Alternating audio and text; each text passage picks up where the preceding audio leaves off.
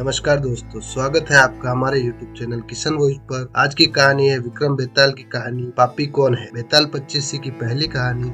अगर आपको भूतिया कहानी सुननी पसंद है तो हमारे चैनल पर सुन सकते हैं, लिंक डिस्क्रिप्शन में दिया है। चलिए शुरू करें। बेताल 25 की पहली कहानी। कड़ी मेहनत के बाद राजा विक्रमादित्य ने एक बार फिर बेताल को पकड़ लिया। वह उसे अपने कंधे पर लाकर शमशान की ओर ले चले। रास्ते में बेताल ने राजा को एक नई कहानी शुरू की और बेताल बोला, एक बार की बात है, काशी में एक राजा था जिसका नाम प्रताप मुकुट था। उसकी एक संतान थी जिसका नाम रज मुकुट था। एक दिन रज मुकुट दीवान के बेटे के साथ शिकार करने जंगल गया। काफी घूमने के बाद उन दोनों को एक तालाब दिखा जिसमें कमल खिले थे और हंस उड़ रहे। दोनों दोस्तों ने वहां रुककर तालाब के पानी से हाथ मुंह धोए और पास ही बने महादेव के मंदिर में दर्शन करने चले। दोनों ने अपने घोड़े मंदिर के बाहर ही बांध दिए। फिर जब दोनों दोस्त दर्शन करके मंदिर से बाहर निकले तो उन्होंने देखा कि तालाब में एक राजकुमारी अपनी सहेलियों के साथ स्नान करने आई। राजकुमारी को देखकर राजकुमार काफी खुश हुआ। राजकुमार और राजकुमारी दोनों एक दूसरे को देखकर मोहित हो गए, जबकि दीवान का बेटा वहीं एक पेड़ के नीचे आराम करने लगा। राजकुमार को देखते ही राजकुमारी ने बालों में से एक कमल का फूल निकाला, कान से लगाया, दांतों से कुतरा, पैरों के नीचे दबाया और फिर अपनी छाती से लगाकर अपनी सहेलियों के साथ चली गई। उसके जाने के बाद राजकुमार काफी दुखी हुआ और अपने मित्र के पास लौटकर सारी बात बताई। राजकुमार बोला, मैं राजकुमारी के बिना नहीं रह सकता हूँ, लेकिन मुझे इस राजकुमारी के बारे में कुछ भी नहीं पता है। वह कहाँ रहती है, उसका नाम क्या है। दीवान के बेटे ने सारी बातें सुनी और राजकुमार को दिलासा देते हुए बोला, राजकुमार आप घबराइए मत। राजकुमारी ने सब कुछ बताया। आश्चर्यचकित होते हुए राजकुमार ने पूछा, वो कैसे। दीवान के बेटे ने कहा। राजकुमार को बताना शुरू किया कि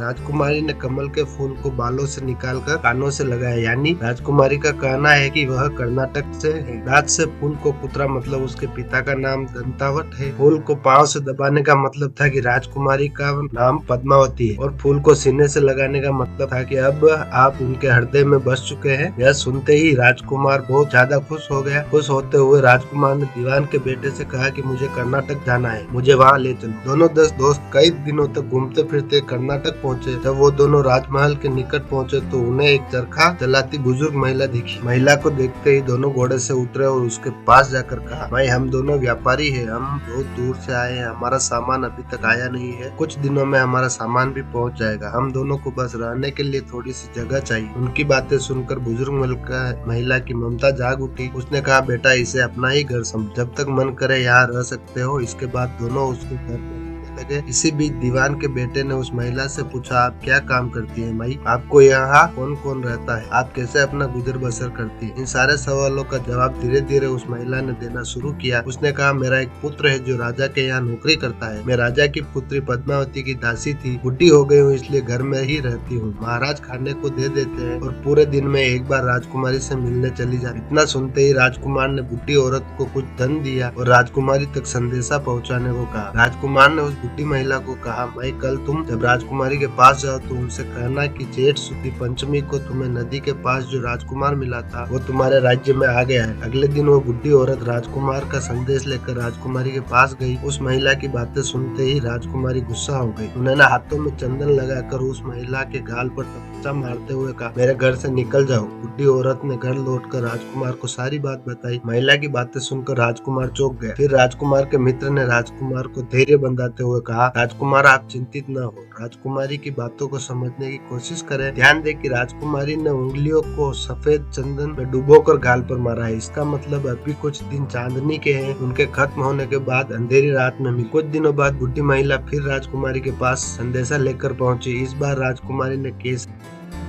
डुबोकर बुढ़ी महिला के मुंह पर मारते हुए कहा, भागो यहाँ से। फिर उस महिला ने आकर राजकुमार को सारी बात बताई। राजकुमार यह सुनकर बहुत दुखी हुआ। इस पर दीवान के बेटे ने राजकुमार से कहा, इसमें दुखी होने की कोई बात नहीं है राजकुमार। राजकुमारी ने कहा है कि अभी उसकी तबीयत ठीक नहीं है तो इसलिए 3 दिन और रुक जाओ। 3 दिन बाद वो बुढ़ी महिला फिर राजकुमारी के पास जा पहुंची। इस बार फिर से राजकुमारी ने उस महिला को फटकारा और पश्चिम की खिड़की से बाहर जाने के लिए कहा। वो महिला फिर से राजकुमार के पास गई और सारी कहानी सुनाई। तब दीवान के बेटे ने राजकुमार को समझाते हुए कहा कि मित्र, राजकुमारी ने आपको उस खिड़की की तरफ बुलाया है। राजकुमार यह सुनते ही खुशी से उछल पड़ा। उसने बुढ़ी महिला के कपड़े पहनकर नारी का वेश धारण कर लिया, इत्र लगाया और हथियार बांधकर राजकुमारी से मिलने चल पड़ा। राजकुमार महल पहुंचा और खिड़की के रास्ते राजकुमारी के गया। राजकुमारी वहाँ पर तैयार थी और राजकुमार का इंतजार कर रही। राजकुमार जैसे ही कमरे में गया उसकी आंखें खुली की खुली रह गई। राजकुमारी के कमरे में कई महंगी चीजें रखी थी। रात भर राजकुमार और राजकुमारी साथ ही रहे। फिर जैसे ही दिन निकलने को आया राजकुमारी ने राजकुमार को सबसे छिपा दिया। जब रात तो होने लगती तो राजकुमार बाहर आ जाता। इस तरह करते करते कई दिन बीत गए। फिर अचानक राजकुमार को अपने दोस्त की याद आई। राजकुमार को अपने दोस्त की चिंता हुई कि पता नहीं उसका दोस्त कहाँ होगा, कैसा होगा, उसका क्या हाल हुआ होगा। राजकुमार को दुखी देखकर राजकुमारी ने राजकुमार के दुख का कारण पूछा। उसके बाद राजकुमार ने राजकुमारी को अपने मित्र के बारे में बताया। राजकुमार ने कहा, वह मेरा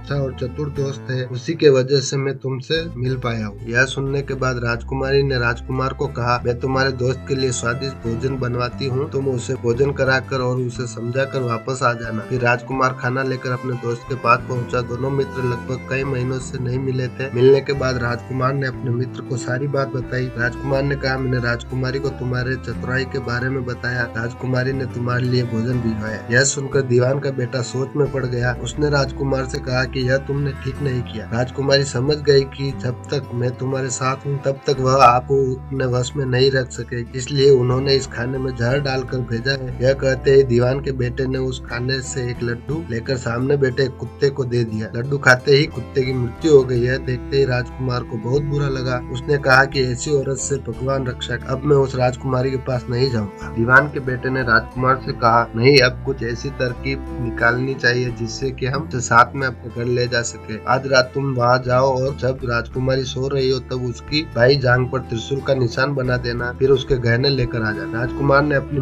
मित्र की बात सुनी और उसके कहे अनुसार ही किया। फिर दीवान के बेटे ने योगी का भेष धारण कर लिया। उसने राजकुमार से कहा कि तुम इन गहनों को बाजार में बेच, अगर कोई पकड़े तो कहना मेरे गुरु के पास चलो और उसे मेरे पास ले आना। राजकुमार वो गहने महल के पास एक सुनार के पास ले गया। सुनार ने गहने को देखते ही पहचान लिया और राजकुमार को कोतवाल के पास ले गया। कोतवाल ने राजकुमार से सवाल पूछे तो राजकुमार ने कहा, यह गहने मुझे मेरे गुरुजी ने दिए हैं। यह सुनने के बाद कोतवाल ने गुरु यानी दीवान के बेटे को भी पकड़ लिया और राजा के दरबार में ले गए। राजा ने पूछा, योगी महाराज, आपको ये कीमती गहने कहाँ से मिले? योगी का वेश धारण किए हुए दीवान के बेटे ने कहा, महाराज, मैं शमशान में काली 14 को डाकिनी मंत्र प्राप्त कर रहा था कि मेरे सामने डाकिन आई। मैंने उसके जेवर उतार लिए और उसकी बाई जांघ पर त्रिशूल का छाप बना दिया। यह सुनते ही राजा महल में गया और उसने रानी को कहा कि पद्मावती की बाई जांघ देखे कि कहीं राजकुमारी के जांघ पर त्रिशूल का छाप तो नहीं है। राजा की बात सुनते ही रानी ने देखा और सच में राजकुमारी की बाई जांघ पर त्रिशूल का निशान था। यह जानकर राजा बहुत दुखी हुआ। फिर राजा योगी के पास गया और कहा कि योगी,